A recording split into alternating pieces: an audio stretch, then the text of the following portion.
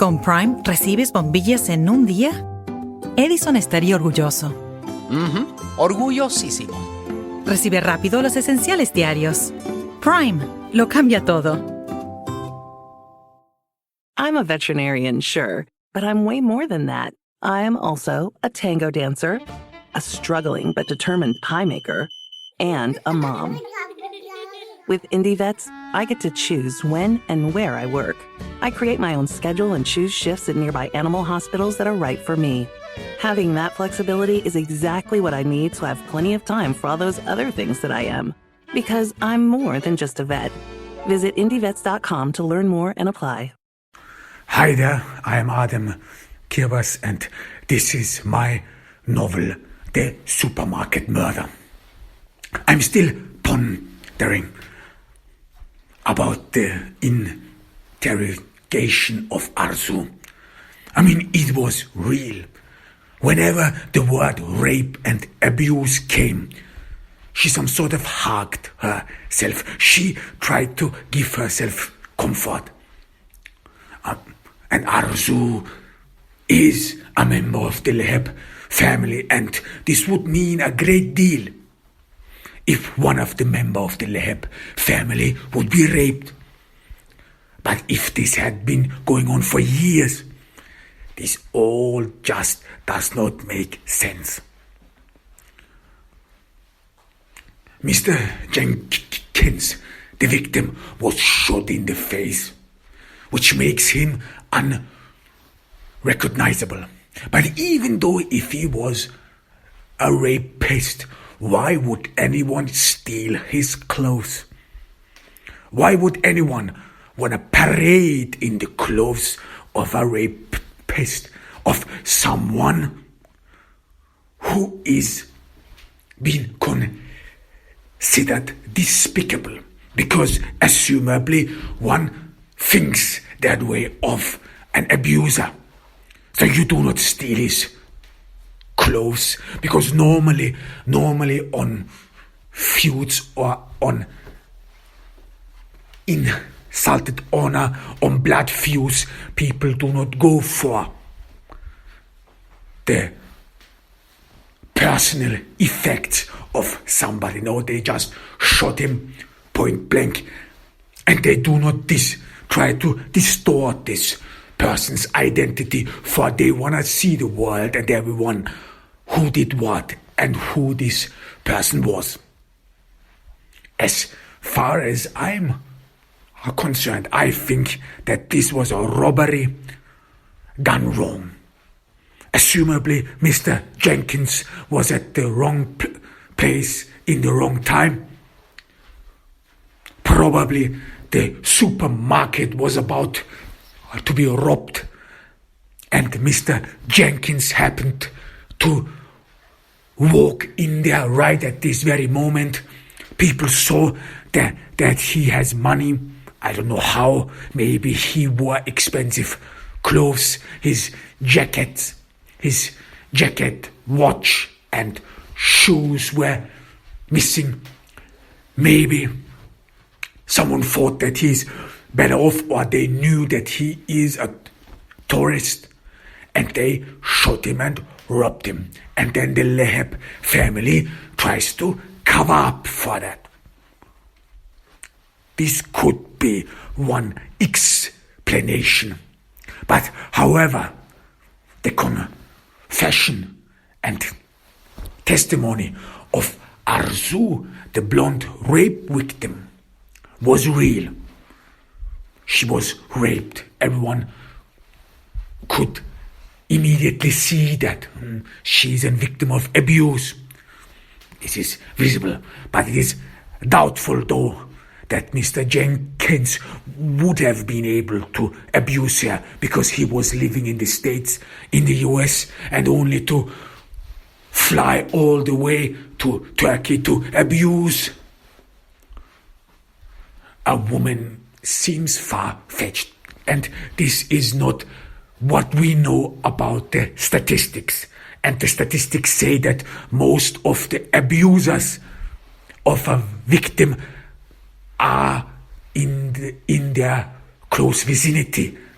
So victims are surrounded by abusers in a way. So they are either from their families or from close acquaintances and so on. So this just does not make sense.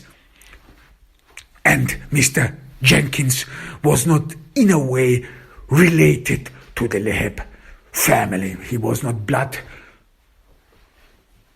related, nor were his parents some close acquaintances of the Leheb family. So this is all odds. But Murat is all cheerful. Murat tells me, we got him. He again wants this thing closed, but this all could be Turkish dealing with with this issue. The Americans, they pressure the Turkish authorities to come up with any explanation, to come up with results, and this would be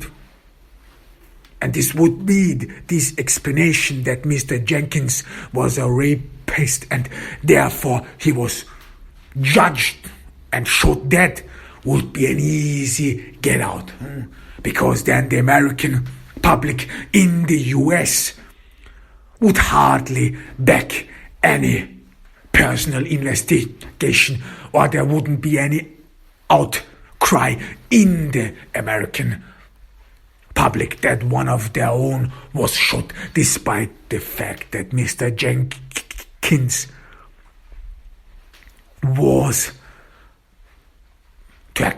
of Turkish descent. However, he was an American citizen. So the main factor in this murder is the American public, and whether they can pressure the commander-in-chief to take a hard stance and a hard line against Turkey. That's why this explanation that just one American citizen who have been abusing a Turkish woman was shot would be easy, and it would be very convenient to all. But I'm not satisfied with this. I still think there is some darker meaning to it, some darker secret. Something is going on. But I do not tell Murat about this. He is cheerful. He seems to be relieved because this could have gotten ugly in that sense that Americans would have demanded that we consult with American crime investigation units. This would have been pretty much embarrassing, especially here in Turkey. The media would have derided the authorities. Foreigners cannot come to Turkey and do whatever they like, what they think. So this would have been a real outcry in Turkey if American crime investigation units would have come to America. So it is an easy solution for all. And Murat is understandably cheerful. But I'm still pondering. I want to investigate more. So I walk to the supermarket phone company, the phone carrier that was in Mr. Jenkins' pocket, the mobile phone he was apparently using. And as it turns out, it was not Mr. Jenkins'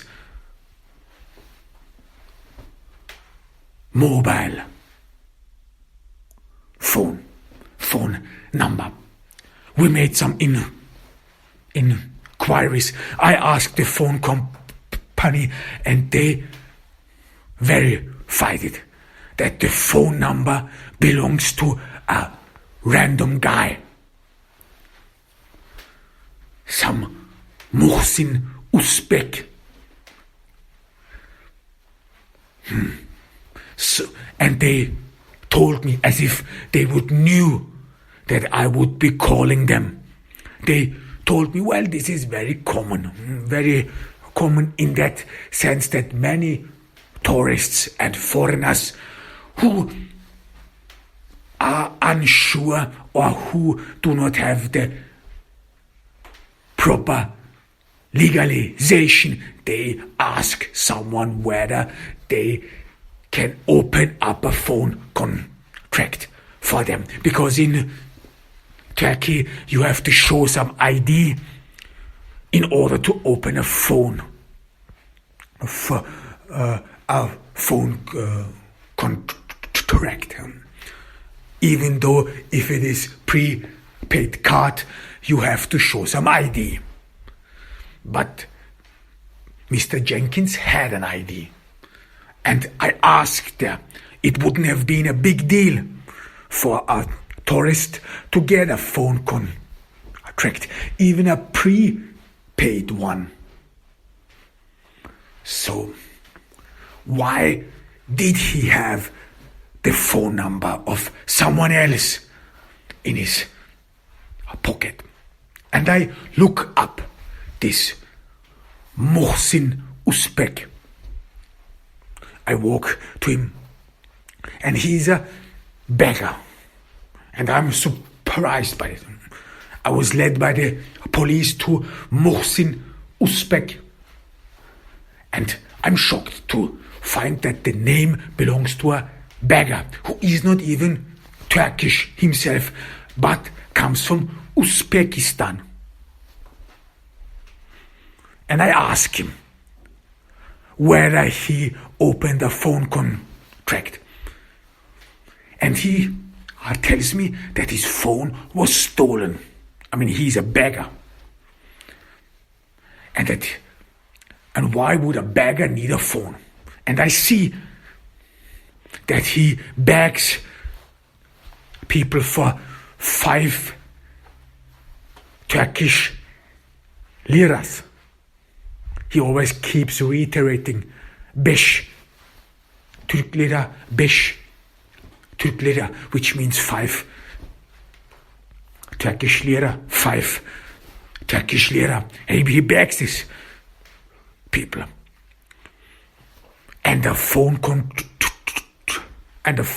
contract is very expensive for a beggar. So why would anyone bother to open a phone contract, especially when he's struggling to make ends meet?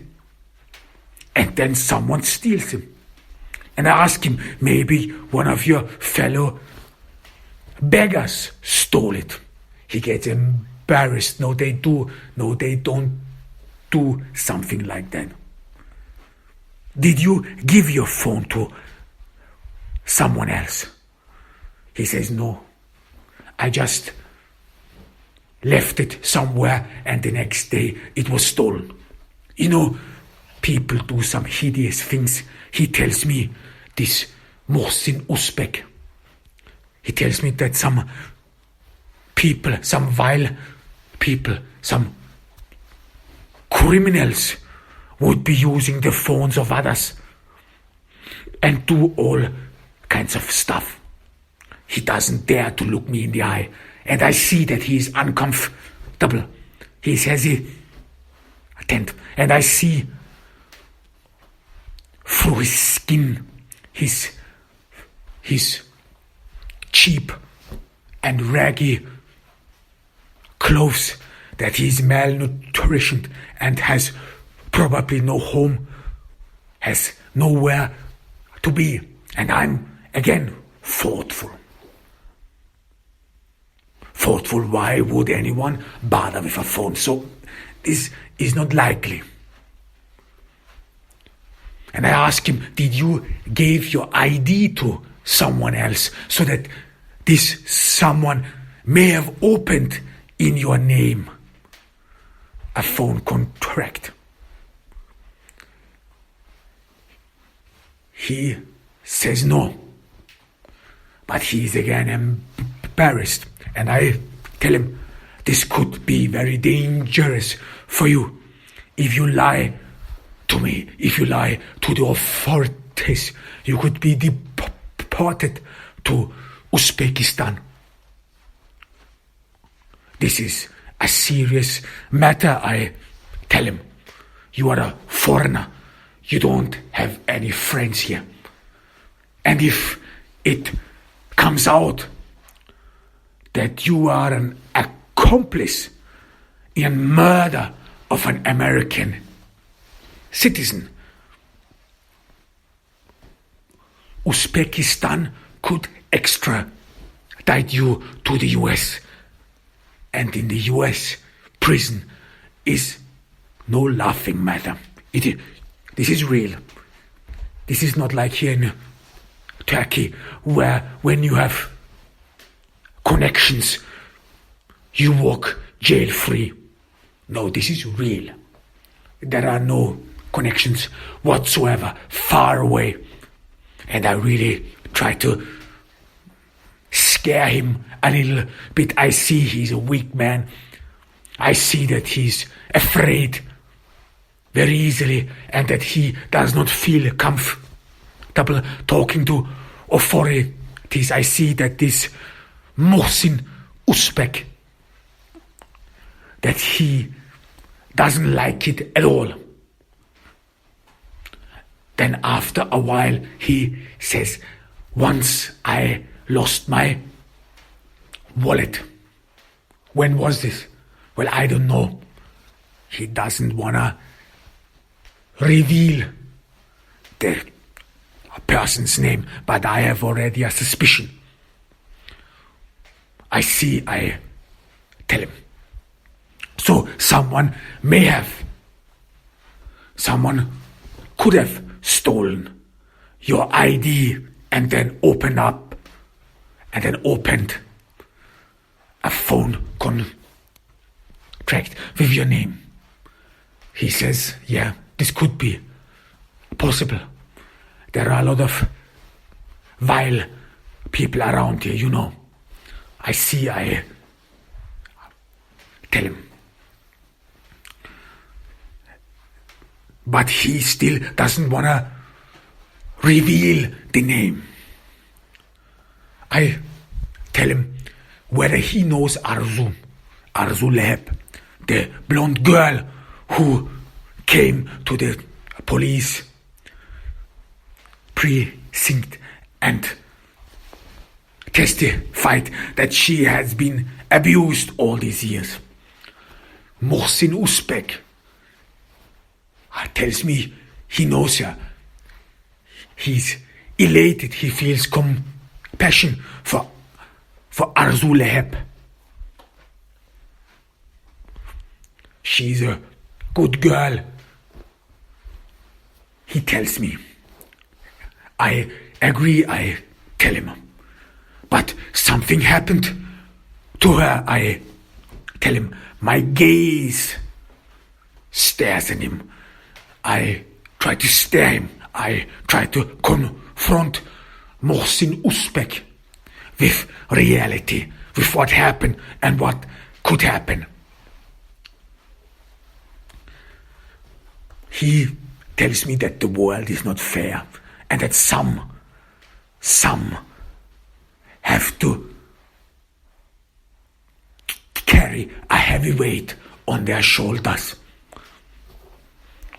I say, I agree. I tell him that Arzu came to the police precinct. Muhsin Uzbek just nods. Yes. I tell him that Arzu confessed that she was abused. Muhsin Uzbek is tearful. Yes. I continue. She's a beautiful girl.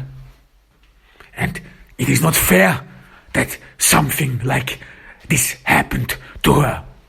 I use his words. Not fair. I try to bond with him. It is not fair what happened to her. He again nods. How could something like that happen here among us? Aren't we all honest people? Muhsin Uzbek is tearful. He tells me that some wear masks. And I ask him whether he knows Mr. Jenkins, whether he has ever met him. He says no, he has never met him. And I tell him he was shot dead in a supermarket. He just nods. And then I ask him and I wait for him to really look at him. I try to corner him. Do you think that Arzu's life will be better from now on?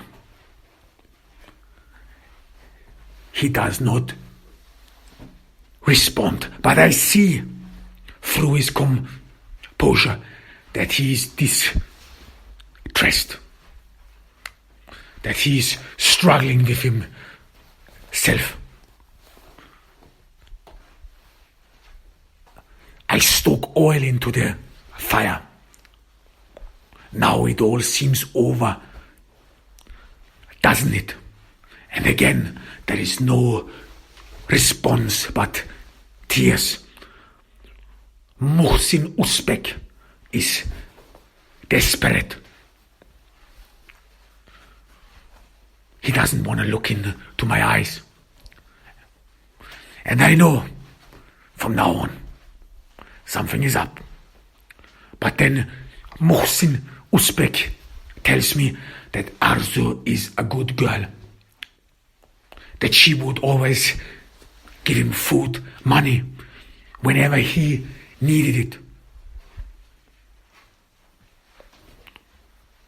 I agree. And I respond, what a waste, such a beautiful woman. And her life was ruined. No one could save her.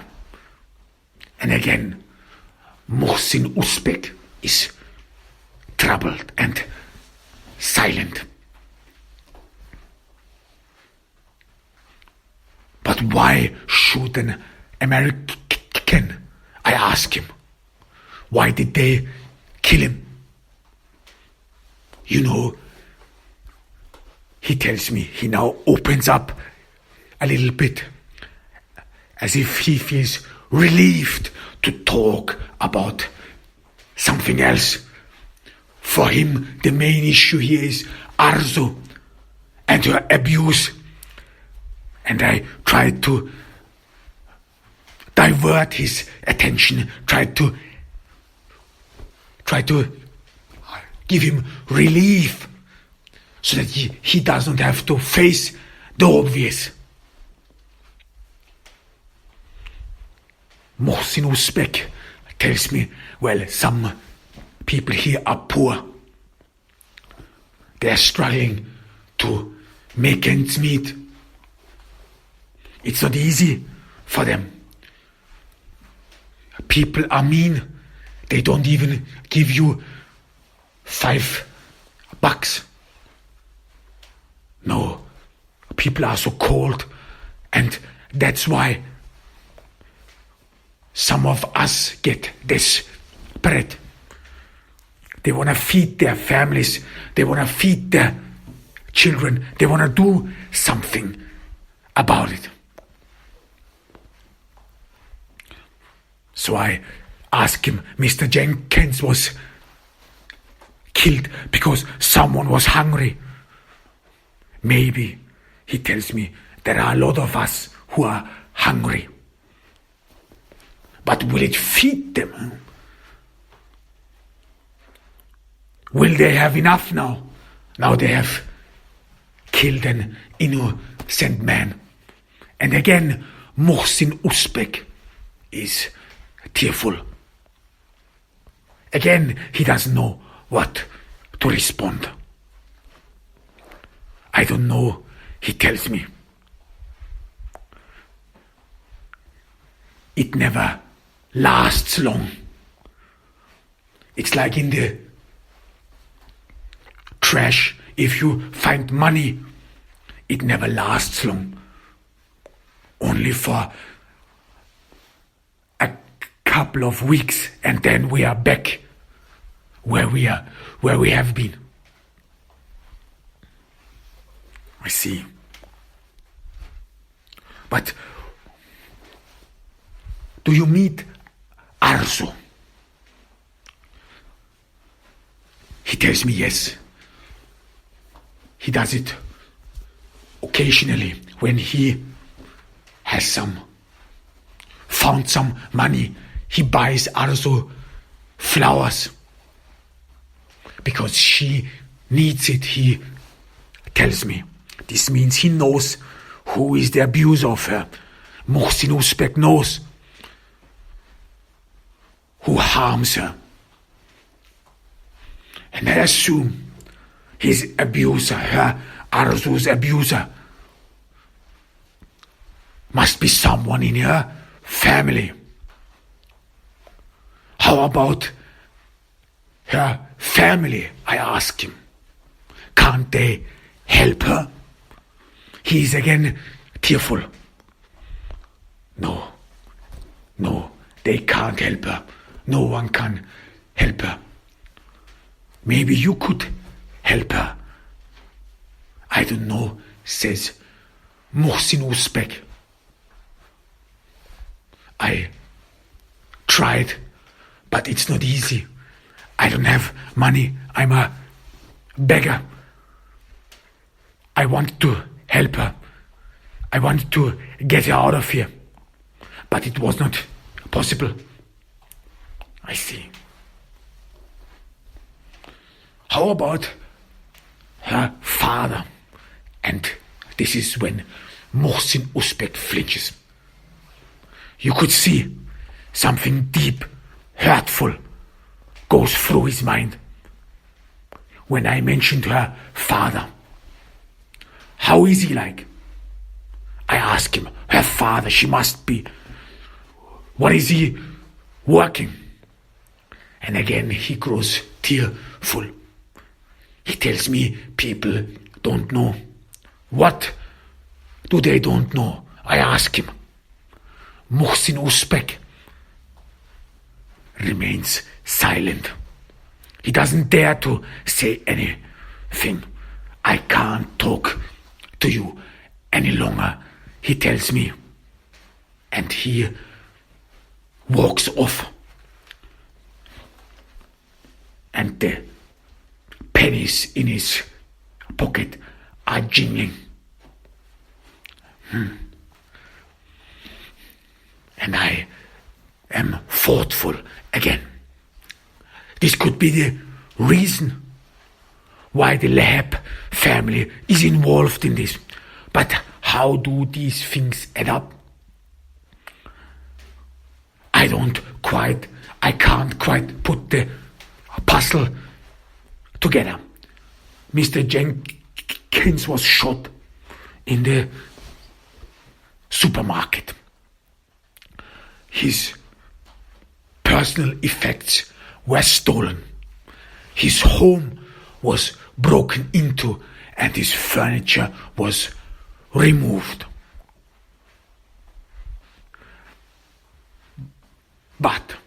And then Arzu walks into the police precinct and claims that Mr. Jenkins had been abusing her all this time. But how do these things connect? And I'm not sure. And then I look up Arzu's family. And I then find out that Arzu's father owns an electric store in Urdu. Salim Leheb. He owns an electric store. And this is again odd. And I again am sure that something is up, and I'm heading towards the electric store. Would you rather have wireless on the most reliable network nationwide or unlimited with 5G for $30 a month per line? You don't have to choose with Xfinity Mobile. Wireless so good it keeps one-upping itself. Most reliable based on Roots Metric US report. Results vary, not an endorsement. $30 per month per line when you get 4 lines. We play for bravery. We play for big hearts in tiny bodies.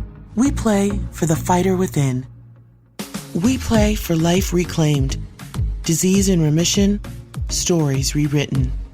We're Children's Hospital of Richmond at VCU, and we nurture the champion in every child.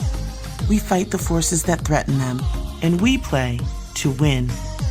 Learn how at chrichmond.org.